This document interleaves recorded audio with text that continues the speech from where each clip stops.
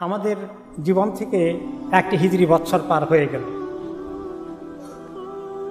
1446 চলে গেছে, 1447 এসে গেছে। জীবন থেকে এক বছর খসে গেল। এভাবেই আমাদের জীবন থেকে খসতে থাকবে। হঠাৎ করে আল্লাহ তাআলা আমাদেরকে ডেকে নেবেন। আর এই টাইমটা খুব দ্রুত গতিতে চলে যায়। আমাদের বয়স বাড়ছে, বয়স যত বাড়ে আয়ু তত কমে। কিন্তু দুনিয়ার মধ্যে অন্য জিনিস যত বাড়ে তত বাড়তেই থাকে, কিন্তু বয়স একটা জিনিস যত বাড়ে তত কমে। সুবহানাল্লাহ, আমরা কি এইভাবে চিন্তা করি? অনেক সময় গর্বিত আকারে বলি আমার বয়স হয়ে গেছে 70, আমি অনেক বয়স পেয়ে গেছি, একটু গর্বিত হলাম, কিন্তু আসলে তো আমার বয়স কমে গেছে। সুবহানাল্লাহ। সামনের দিকে এইভাবেই একটি বছর কিভাবে চলে গেল, সামনের দিনগুলো আরো দ্রুত যাবে, টাইমের মধ্যে বরকত হবে না মানুষের। এখনই আমরা কমপ্লেন করি, আরে এত তাড়াতাড়ি দিনটা চলে গেল, এত তাড়াতাড়ি সময় চলে গেল। আর সামনে কি আসবে আল্লাহ তাআলা বলছেন, বা রাসূলুল্লাহ সাল্লাল্লাহু আলাইহি ওয়াসাল্লাম হাদিসে বলেছেন যে কিয়ামত হবে না ততক্ষণ পর্যন্ত যতক্ষণ না সময় একেবারে ছোট হয়ে আসবে, দ্রুত চলে যাবে। একটি বৎসরকে মনে হবে যেন এক মাস কেবল গেল, এক মাসকে মনে হবে এক সপ্তাহ না গেল, এক সপ্তাহকে মনে হয় একদিন পার করলাম। আর একদিনের অবস্থা হবে মনে হয় 1 ঘন্টা মতো গেল মাত্র, এত তাড়াতাড়ি চলে গেল দিনটা।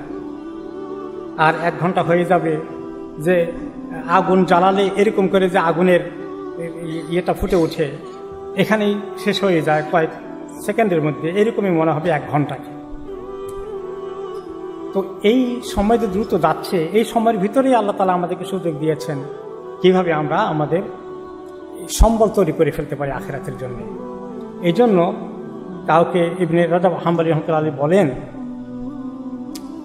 কেউ কেউ খুব খুশি তার বয়স অনেক বড়, অনেক হায়াত পেয়েছেন। তিনি বলেন যে খুশি হয়ে লাভ কি, হায়াত যত বাড়ে তত তো কবরের দিকে যাচ্ছি আমরা, কাজেই গর্বিত হওয়ার কিছু নেই। মুহাম্মদ ইবনে ওয়াসি রাহিমাহুল্লাহকে বলা হলো, কেমন আছেন আপনি? তিনি বলেন, কেমন আর আছি, প্রতিটি দিন যে ব্যক্তি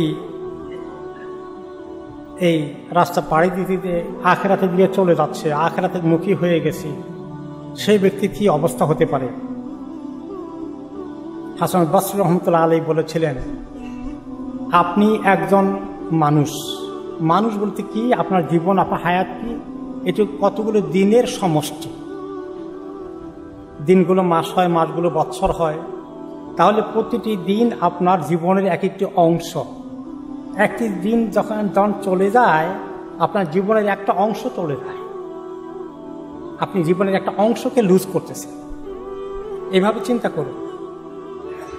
আর আমাদের সামনে যদি কাউকে আল্লাহ তাআলা লম্বা হায়াত দেন ভালো, কিন্তু এই লম্বা হায়াতকে যদি আমরা কাজে লাগাতে পারি তাহলে সেই ব্যক্তি উত্তম মানুষ, যার হায়াত লম্বা, আমলও ভালো। কিন্তু যার হায়াত লম্বা হয়েছে, আমল ভালো না, তার জীবনে দুর্ভোগ ছাড়া তা কিছু হতে পারে।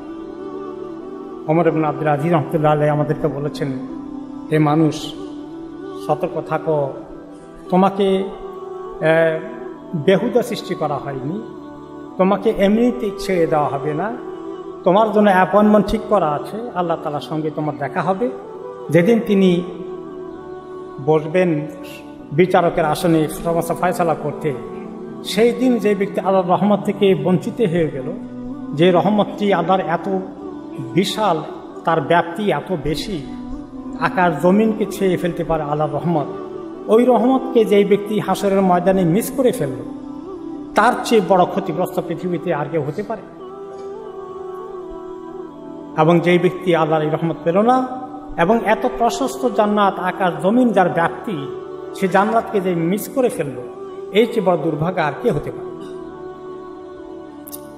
আল্লাহ তাআলা আমাদেরকে এই আমলের সুযোগ দিয়েছেন, হায়াতের সুযোগ দিয়েছেন। জীবনে আরেকটি বছরে আমরা প্রবেশ করেছি, আর এই বছরটি শুরু হয়েছে মুহররম মাস দিয়ে। যে মুহররম মাস অত্যন্ত পবিত্র মাস, অত্যন্ত ফজিলতের মাস। পুরো মাসেই নবী করিম সাল্লাল্লাহু আলাইহি ওয়াসাল্লাম বেশি করে আমল করতেন, ইবাদত করতেন। আল্লাহ তাআলা একটা পরে একটা, রমাদান, তারপরে জিলহজ, তারপরে মুহররম, এভাবেই হারাম মাসগুলোকে নিয়ে আসেন, উৎসাহিত করতে না দেন, যেন আমরা একটুখানি বাড়িয়ে দেই। এই মাসে নবী করিম সাল্লাল্লাহু আলাইহি ওয়াসাল্লাম বেশি রোজা রাখতেন। বলছেন যে রমাদানের পরে সবচেয়ে উত্তম সময়ে রোজা রাখার জন্য হচ্ছে মুহররম মাস, যেটা আল্লাহর মাস বলে তিনি আখ্যায়িত করেছেন। এবং এই একটি দিনের রোজা, সেটা হচ্ছে যেটা আশুরার রোজা। এই রোজাটা ফজিলত কি জিজ্ঞেস করা হলো, তিনি বললেন যে গত 1 বছরের গুনাহ মাফ করে দেবে এই একটি আশুরার দিনের রোজা, যেটা আমাদের এখানে শুক্রবার, আগামী শুক্রবার পড়বে আশা করা হচ্ছে ইনশাআল্লাহ। আর কোনো হাদিসে এসেছে, তিনি বলেছেন যদি আগামী বছর বেঁচে থাকি তাহলে তাসুয়াও করব, 9 তারিখেরটাও রোজা রাখবো, 9 এবং 10। অবশ্য তিনি তার আগেই ওনাকে আল্লাহ তাআলা দুনিয়া থেকে নিয়ে গিয়েছেন।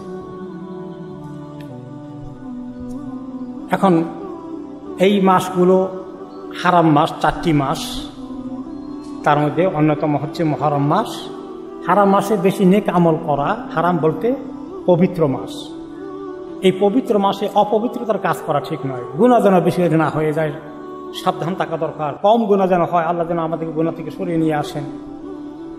আল্লাহ তাআলা সূরা তাওবা 36 নম্বর আয়াতে বলেছেন যে এই মাসগুলোতে তোমরা জুলুমের কাজ করো না। আর সবচেয়ে বড় জুলুম তো নিজের প্রতি করা হয়, যে আমরা যখন গুনাহ করি। আর এই হারাম মাসে যে ব্যক্তি গুনাহ করে, অন্য মাসের তুলনায় তার গুনার শাস্তি বেশি হয়। গুনাহ থেকে দূরে থাকা, নফল ইবাদতকে বাড়িয়ে দেওয়া, নফল রোজার কথা যেটা আসছে 9-10 তারিখে। এছাড়াও পুরো মুহররম মাসে, যদিও সামার টাইম, খুব কষ্ট হয় মানুষের, যাদের হিম্মত আছে আল্লাহ তৌফিক দিলে নফল রোজা যত বেশি থাকা যায়, এই নফল ইবাদতে থাকা যায়, আর বিশেষ করে গুনাহ থেকে দূরে থাকা যায়। আল্লাহ তাআলা যেন আমাদেরকে সে তৌফিক দান করে।